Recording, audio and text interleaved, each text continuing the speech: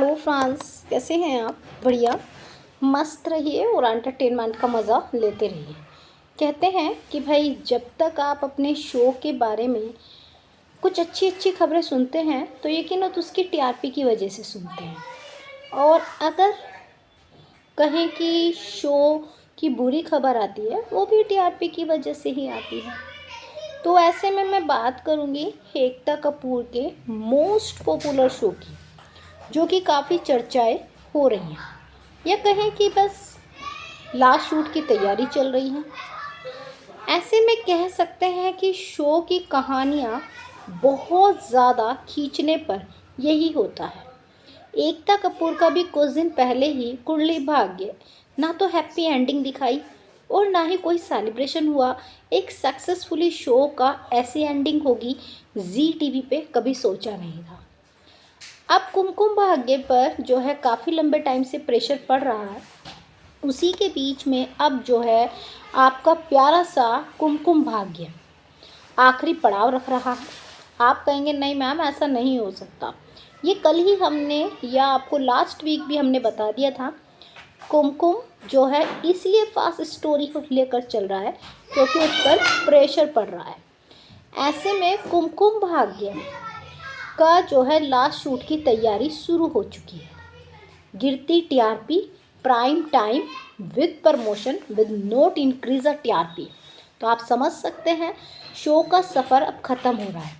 भाई फैंस का कहना तो पहले ही था कि आपने थर्ड जनरेशन दिखा दी, या कहें कि आपने जो है जोन सी भी जनरेशन दिखाई उसकी हैप्पी एंडिंग कर देते।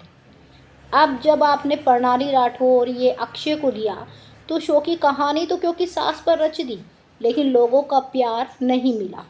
तो ऐसे में फ़िलहाल कुमकुम भाग्य अगले महीने लास्ट शूट करेगा।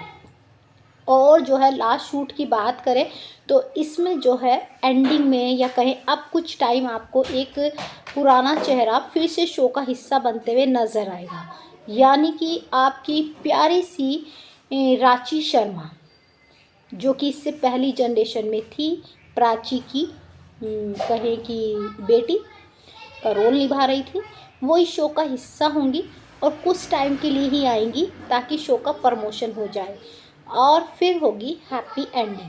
कहा जा रहा है कि अप्रैल के थर्ड वीक तक आपको शो का लास्ट शूट मिलेगा, क्योंकि कहानी वहाँ तक लेकर जाएंगे, क्योंकि अभी तो कहानी शुरू ही हुई थी।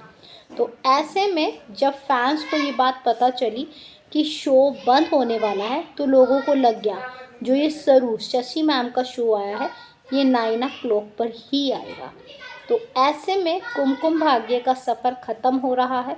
इस तरह ख़त्म होगा ये कभी सोचा नहीं था, क्योंकि जनरेशन नहीं आने पर, टीआरपी ना आने पर ये प्रणाली राठौर के लिए भी माइनस पॉइंट है, और एकता कपूर के कुमकुम भाग्य का इतना बड़ा सफ़र पे लास्ट में एक बुरा टैग लग कर जाता है, ये काफ़ी बेकार बात है। तो ऐसे में आपका कुमकुम का कौन सा सीज़न सबसे अच्छा लगा कमेंट करके ज़रूर बताइए।